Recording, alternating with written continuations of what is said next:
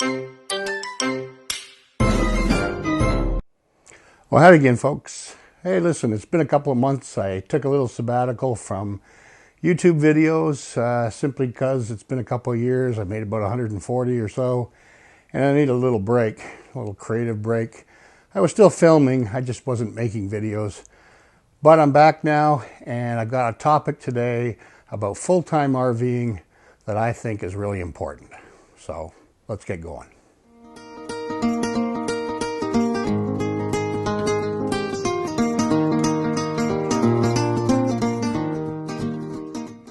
So today's topic, folks, is about the viability of being a Canadian full-time RVer. I think we've got some unique issues that Americans don't face, and I wanted to address them in this video just to present them as a point of view and serious considerations that I'm going through vis-a-vis becoming a full-time RVer. So the first question, obviously, is what is a full-time RVer? And the question gets bandied around by a lot of people in different forums.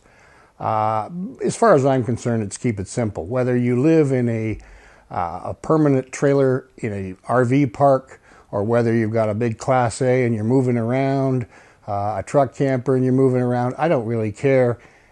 You're living full-time in your RV, whatever form that takes, and you don't have a sticks and bricks home to go home to. That's a full-timer to me. So let's go with that for now. So as many of you know, I'm a Canadian. I live in Niagara Falls, Ontario, and my plan is to RV full-time. Now I'm getting down to the crunch time. I've been researching this, as many of you know as well, that for about 4 years, and I'm pretty sure I've got it down pat. But now it's getting to crunch time, and I got to the point where okay, let's cross the T's and dot the I's and really put this in place. So in really delving into it, the first issue that came up is universal health care. Now, in Canada, as you know, we have free universal health care, and it's administered by the provinces. Each province is a little bit different. In Ontario, we have universal health care, and when I'm in Ontario, I've got fantastic coverage. There are some restrictions, however, that are included with our healthcare system, and one of them is a residency issue. And all the provinces are slightly different, but fairly close. So I'll just use the Ontario example. I can leave the province and I'll be covered at the OHIP rates, OHIP being Ontario Hospital Insurance Plan. That's our universal healthcare, which would not cover the costs if I got sick and had to go to a hospital in the United States. So you get supplemental coverage when you're traveling. No big deal. The issue is that the residency requirement says that you must be in Ontario 5 months a year to qualify for your universal health care. So right off the bat, if you are a full-time RVer and may not necessarily be in Ontario 5 months a year, you might spend 6 months in the United States and then you might go out west. You may not get back to Ontario for a year or two. You would become disqualified from receiving universal health care. That, folks, is a huge issue. Now, you can buy private health care in Ontario, but you then give up your OHIP, and the insurance companies, I've done a little work on this, the insurance companies look at you and say, if you're dumb enough to give up universal health care, then you must be rich enough to pay an exorbitant fee to have private coverage. So it's really expensive, beyond the scope of expensive. So that's not really an alternative. So you've got to keep qualified for your health care. That means you've got to be in the province 5 months a year. So that's the number one issue. And incidentally, there is a provision for sabbaticals within the universal healthcare system, so I could be gone for a year. I just have to let them know, and I would still be covered. That sabbatical qualification is once every 5 years. But again, that's the exception to the rule. You can actually get an exemption, a sabbatical exemption for 2 years, but that has to be approved by the government. The 1 year is just automatic. So that's the healthcare issue. The second issue is sort of related to healthcare, but it concerns me in the sense that I'm getting older. I'm not 20 or 30 anymore. And like all of us, that's when some things start to happen with your health, or could happen. We all face that. And the question then arises, what happens if you get sick and you have to come off the road for 6 months or so, maybe a year, maybe 2? What do you do? If you're a full-time RVer, you have no home to come home to. Now, if you're an American, it's pretty easy. You could stay in your RV. If you are in the northern part of the States, you could go south. You could rehabilitate down in the warm weather, and probably wouldn't be much of an issue. But as a Canadian, we have this little thing called winter, and it's cold at times. And if you get sick and you are laid up and have to rehabilitate, and it happens in May, and you're going to be off the road for 6 months, well, that's no big deal. Just park your RV in an RV park here in Ontario, get yourself feeling better, get back out on the road in November. Easy. But what happens if the illness happens in November? Or what happens if it's longer than 6 months? That's where it becomes an issue, because trying to rehabilitate yourself in an RV in the middle of winter in Canada is probably not the smartest thing you could ever do. And that's assuming you could find an RV park that's open 24/7, 12 months a year. And that's not an easy thing to do. So that becomes a real issue. What are you going to do if you get sick? And have you thought that through? So we'll come back to the answer. But that's a very, very serious issue as you get older. And we all know that it's just common sense that as you get older, things start to happen. And so you're going to probably, or the likelihood is that you're probably going to be more ill later in life than you are earlier in life. So those are the first two issues. The third one is one we don't think about a lot, but it's a permanent address. Now, I know in the United States you've got permanent address places in Texas, South Dakota, Florida, that sort of thing. But there's an issue here in Canada that's a little bit different than just having a permanent address that's in name only, a mailbox or a mail forwarding service or something like that. There is an issue with having a permanent address vis-a-vis your universal health care.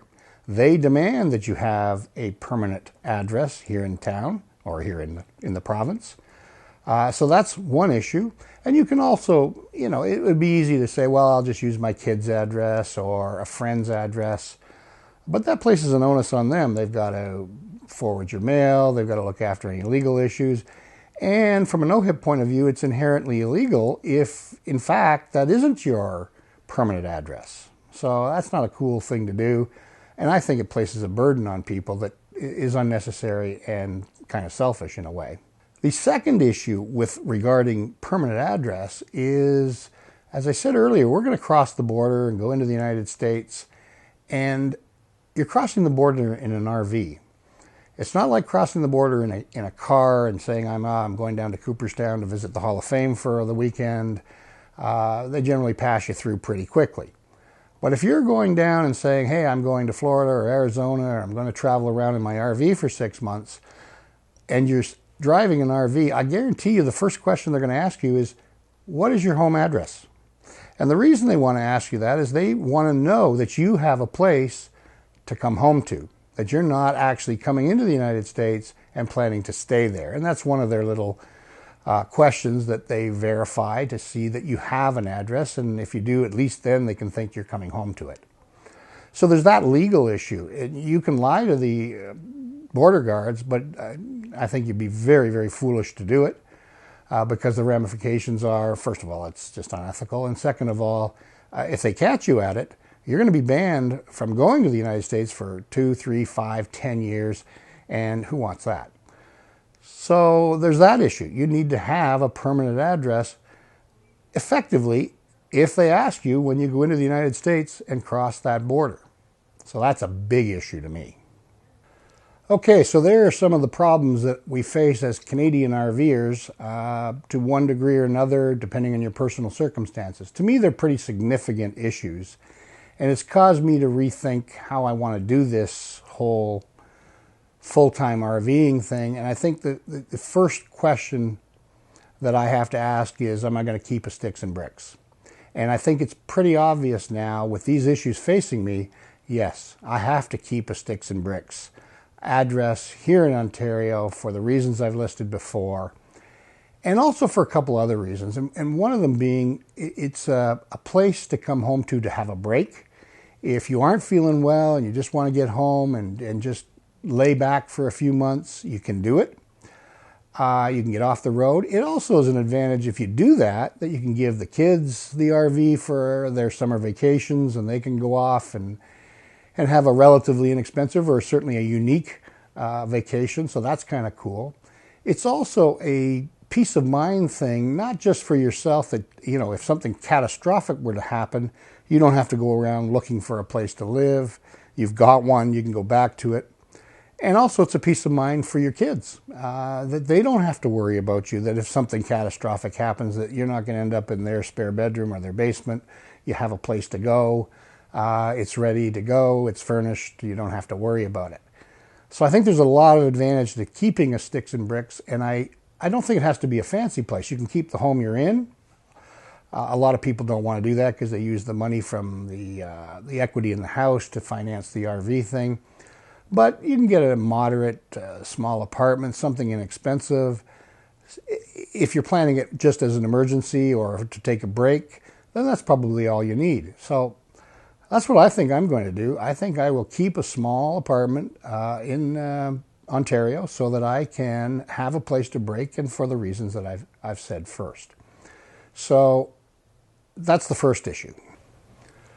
So, well, it's actually the whole issue. I think as a Canadian full-timer, you have to keep a sticks and bricks house.